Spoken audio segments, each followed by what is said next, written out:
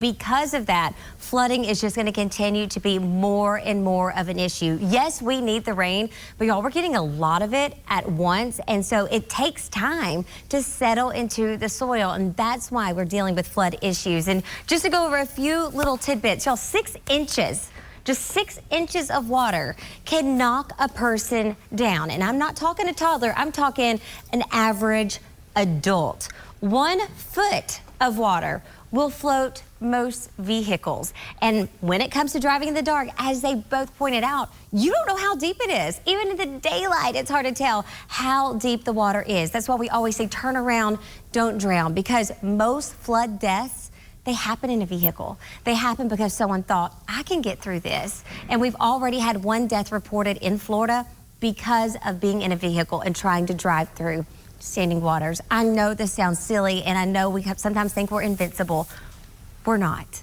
Please be safe. I'm begging you to be safe out there. We've got a flood watch that is with us that continues all day today, overnight, and into tomorrow morning at 7 a.m. Remember, it's not just all the rain, it's the wind. So as we go throughout the day with these winds gusting into the 40s and 50s, when it comes to those flooded locations, you're also going to have the debris in there. What is in there is hard to tell. So please be mindful. There's a chance we could even have some power outages because of the intense wind moving in. Right now, we just have the outer bands. We're not even dealing with the center of the storm system yet.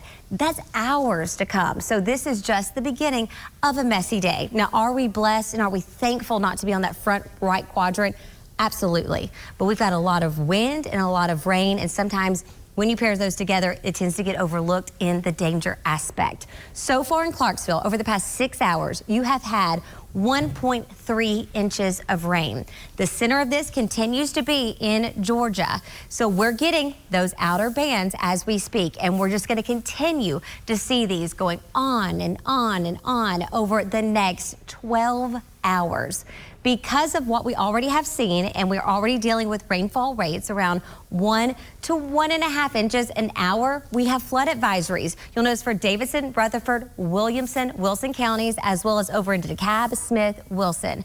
Please be careful out there. Winds right now are on the lighter side. Our gusts are only into the upper teens and 20s, but I look for these gusts to exceed 40+ miles per hour, even heading into the 50s. All day today. So it is going to be really messy. It's still going to be gusty as we make our way overnight tonight, but it's not going to quite meet that criteria, and the rainfall rates will start to go down. So you'll notice we're still looking for some of us to have an additional 5 inches. Tomorrow is still going to be breezy. We're still going to have some rain chances. It's more of a drizzle, but things are really going to start to improve. Sunday, you'll even have a little bit of sunshine. As we make our way into our work week next week, drier components will be with us. Temperatures Wednesday, Thursday mornings, we're going to be in the upper 40s and 50s with highs in the mid to upper 70s and low 80s. Truly, though, I ask you, as my daddy says, use your head. Y'all, don't be silly. You don't know how deep that water is.